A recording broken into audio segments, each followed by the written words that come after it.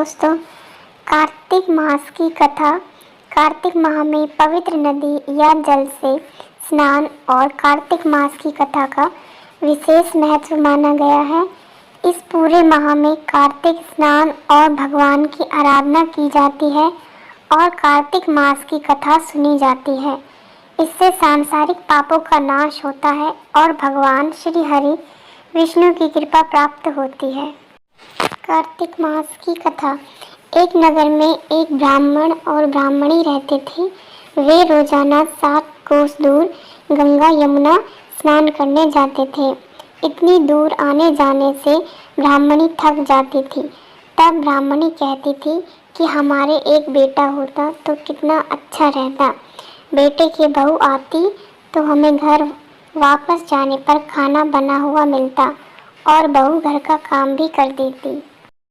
ब्राह्मणी की बात सुनकर ब्राह्मण ने कहा कि तूने बात तो सही कही है, चल मैं तेरे लिए बहू ला ही देता हूँ। ब्राह्मण ने कहा कि एक पोटली में आटा डालकर कुछ मोहरे रख दे। ब्राह्मण के कहे अनुसार ब्राह्मणी ने पोटली बांध कर दे दी। पोटली लेकर ब्राह्मण चला गया। ब्राह्मण अभी कुछ दूर गया ही था कि उसे यमुना के किनारे बहुत ही सुंदर लड़कियां दिखाई दी। वे रेत में घर बनाकर खेल रही थी। उनमें से एक लड़की ने कहा कि मैं अपना घर नहीं बिगाड़ूंगी, मुझे तो रहने के लिए ये घर चाहिए। लड़की की बात सुनकर ब्राह्मण मन ही मन सोचने लगा कि बहू बनाने के लिए यही लड़की। जब वह लड़की जाने लगी तो ब्राह्मण भी उसके पीछे पीछे उसके घर तक चला गया। वहां जाकर ब्राह्मण ने कहा, बेटी अभी कार्तिक मास चल रहा है, इसलिए मैं किसी के घर खाना नहीं खाता। मैं आटा लेकर आया हूँ। तुम अपनी माँ से पूछो कि क्या वह मेरे लिए आटा छानकर 4 रोटी बना देगी। यदि वह मेरा आटा छानकर रोटी बनाएगी तो ही मैं रोटी खाऊंगा। लड़की ने जाकर अपनी माँ से सारी बात कह दी।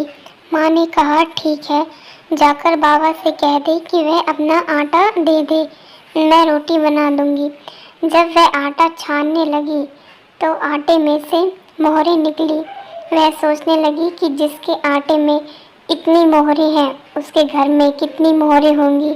जब ब्राह्मण खाना खाने बैठा तो लड़की की माँ ने कहा, बाबा आप अपने लड़के की सगाई करने जा रहे हो। तब ब्राह्मण ने कहा कि मेरा बेटा तो काशी में पढ़ने गया हुआ है, लेकिन यदि तुम कहो तो खांड कटोरे से विवाह करके तेरी बेटी को अपने साथ ले जाऊं। लड़की की माँ ने कहा, ठीक है बाबा, और खांड कटोरे से शादी करके ब्राह्मण के साथ भेज दिया।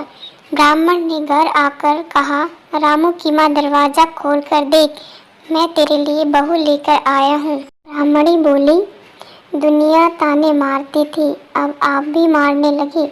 हमारे तो 7 जन्म तक कोई बेटा बेटी नहीं है, तो बहू कहाँ से आएगी। ब्राह्मण ने कहा कि तू दरवाज़ा खोल कर तो देख। जब ब्राह्मणी ने दरवाज़ा खोला तो सामने बहू को खड़ी देखा। उसने बहू का स्वागत किया और आदर सत्कार से अंदर ले गई। अब ब्राह्मण और ब्राह्मणी स्नान करने जाते तो बहू घर का सारा काम करके और खाना बनाकर रख देती। वह उनके कपड़े धोती और रात को पैर भी दबाती। इस तरह काफ़ी समय बीत गया। ब्राह्मणी ने अपनी बहू से कहा कि बहू कभी भी चूल्हे की आग मत बुझने देना और मटके का पानी ख़त्म मत होने देना। एक दिन चूल्हे की आग बुझ गई।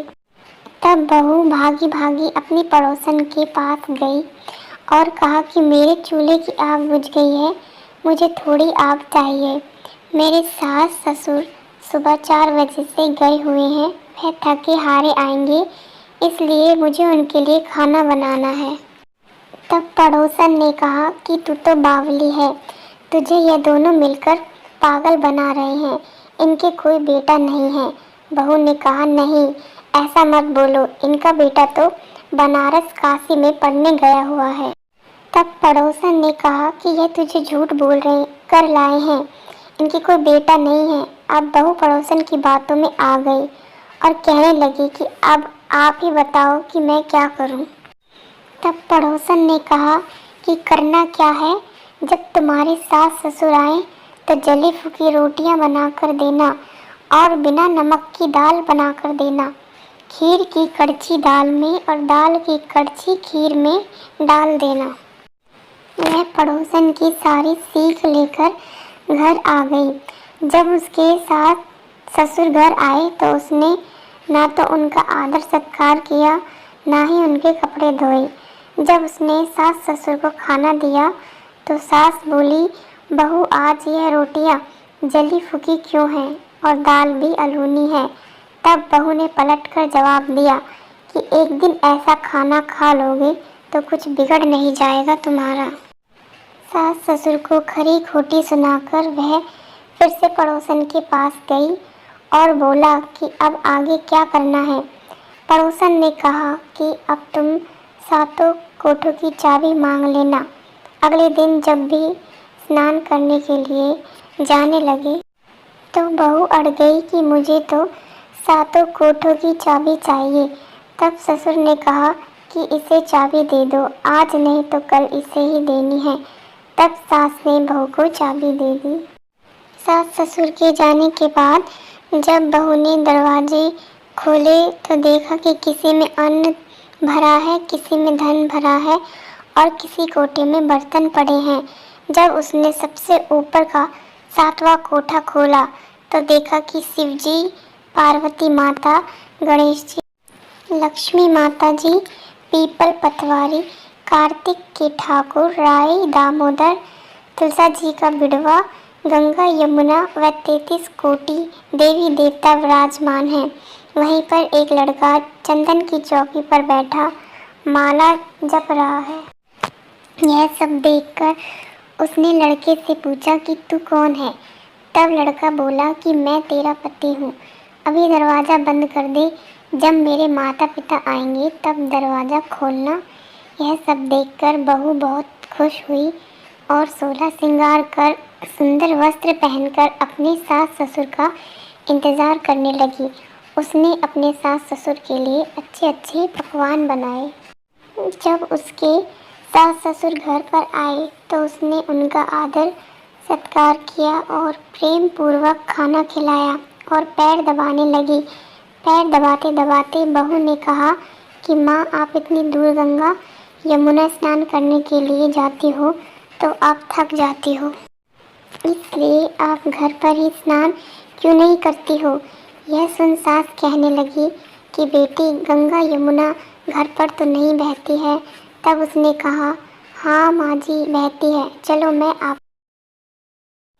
जब बहू ने सातवां कोठा खोलकर दिखाया तो उसमें शिवजी, पार्वती जी, गणेश जी, लक्ष्मी जी, पीपल पतवारी, कार्तिक के ठाकुर, राई, दामोदर, तुलसा जी का बिड़वा, गंगा यमुना बह रही है और 33 कोटि देवी देवता विराजमान है। वही चौकी पर बैठा एक लड़का माला जप रहा है। माँ ने कहा कि बेटा तू कौन है। लड़का बोला, माँ मैं तेरा बेटा हूँ। तब ब्राह्मणी ने पूछा कि तू कहाँ से आया है। लड़के ने जवाब दिया कि मुझे कार्तिक देवता ने भेजा है। बुढ़िया ने कहा कि बेटा, यह दुनिया कैसे मानेगी कि तू मेरा बेटा है। बुढ़िया ने कुछ विद्वान पंडितों से मदद मांगी। पंडितों ने कहा कि इस पार बहू बेटा खड़ा हो जाए और उस पार बुढ़िया खड़ी हो जाए। बुढ़िया ने चमड़े की अंगिया पहनी हो और छाती में से दूध की धार निकलकर बेटे की दाढ़ी मूछ भीगे और पवन पानी से गठजोड़ा बंधे, तब माने कि यह बुढ़िया का ही बेटा है। उसने ऐसा ही किया। चमड़े की अंगिया फट गई और छाती में से दूध की धार निकलकर बेटे की दाढ़ी मूछ भीग गई। पवन पानी से बहू बेटे का गठजोड़ बन गया।